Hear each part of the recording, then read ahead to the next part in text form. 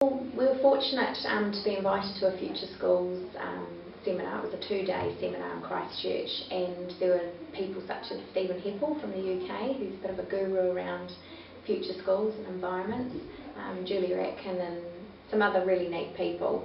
And one of the things that Stephen sort of put out there was to say he was flagging how cave space can be shown really in a classroom environment in different ways. So a cave space is a space in these open spaces where individuals can actually work on their own and feel that it's a good space to work on their own.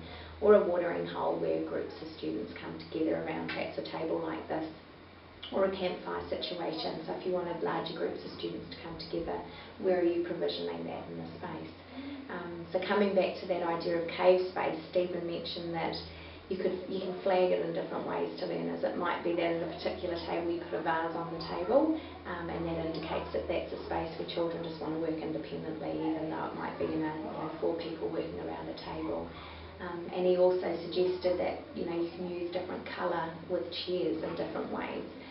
So this is where we got that idea to suggest perhaps we'll get 2/3 black chairs and 1/3 green, so that at a table there might be 1 or 2 greens and mainly black chairs, or just 1 green, or it might be a table of all green chairs, and that's indicating that the children can actually work on their own and it's an uninterrupted, focused time for them.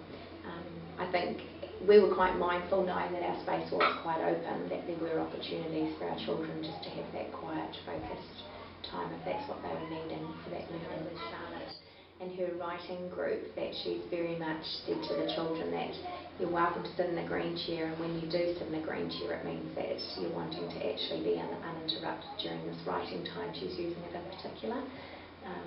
So that it was lovely to hear Elijah the other week when he sat down, and we asked him why he was sitting in that chair, and he said, because I've got lots of writing and I want to get to hear in my writing, and I don't want anyone to interrupt me. And that's a 5-year-old, so the 5-year-old can communicate that and understand that anyone can. And I think that little systems like having different coloured chairs will be even more powerful and used a lot more.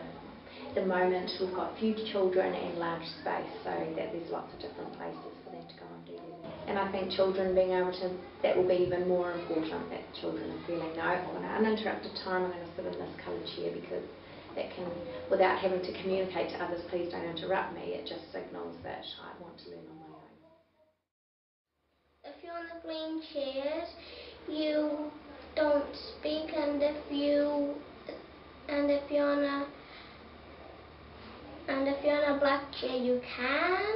So who's it up to decide whether you sit in a green chair or a black chair? Who chooses? Well, we can really choose ourselves. Okay. So when do you choose to sit in a green chair? When I do writing and handwriting. But I like sitting on green chairs. And why do you like that? That way I can concentrate. That way I don't get anything wrong. And I can listen to the